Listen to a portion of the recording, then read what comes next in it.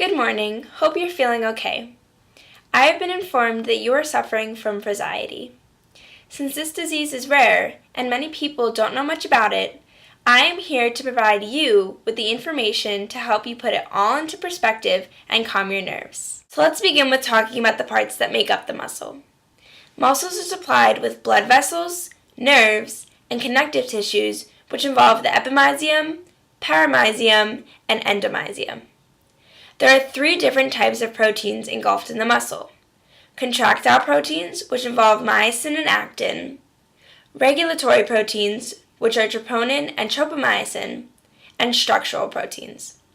So how do all of these work together to make our muscles contract?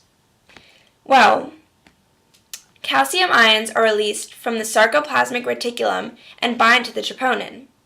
Because the troponin is not holding tropomyosin in place, the tropomyosin moves, exposing the active site on the actin. Myosin then attaches to the actin. After this, ADP and P are released, and the myosin head moves towards the center of the sarcomere. Then, the myosin lets go of the actin when the myosin head binds to another ATP.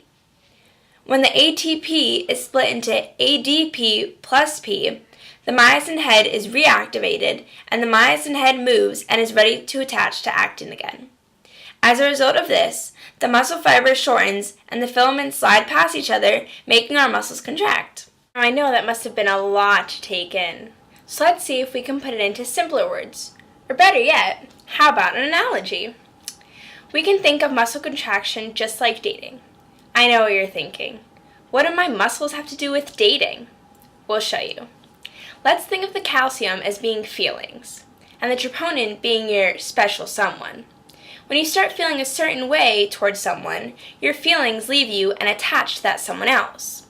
Then their ex, tropomyosin, starts to feel jealous because they're not getting any more attention and leave them for someone else, although they stay stalking. That someone else is the actin.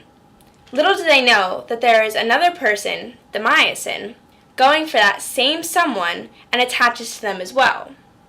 Then there is a bunch of jealousy and anger, ADP and P, and your ex starts to stray away to look for someone new, still stalking you in the process.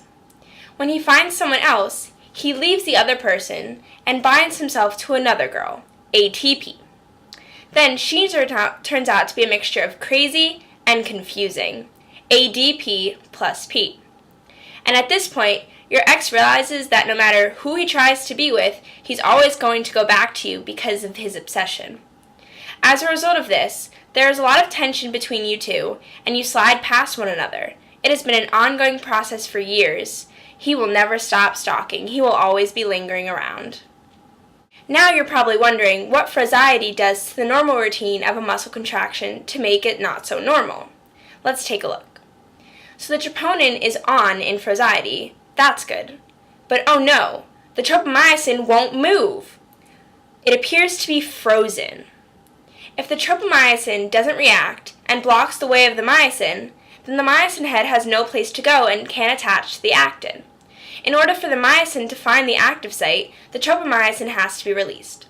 If the myosin can't get to the actin, then the muscle can't contract. So let's talk about what you've learned here today. We've learned how a muscle contracts normally and how a muscle contracts with Froziety. We saw this through actual scientific terms, but then we also saw it through some easier terms, through some easier concepts shown by the dating analogy. We hope that you have a better understanding of Froziety now. But now it's up to you. Don't let this silly disease stop you. Go out and make the best of what you got. I believe in you. We believe in you. Good luck.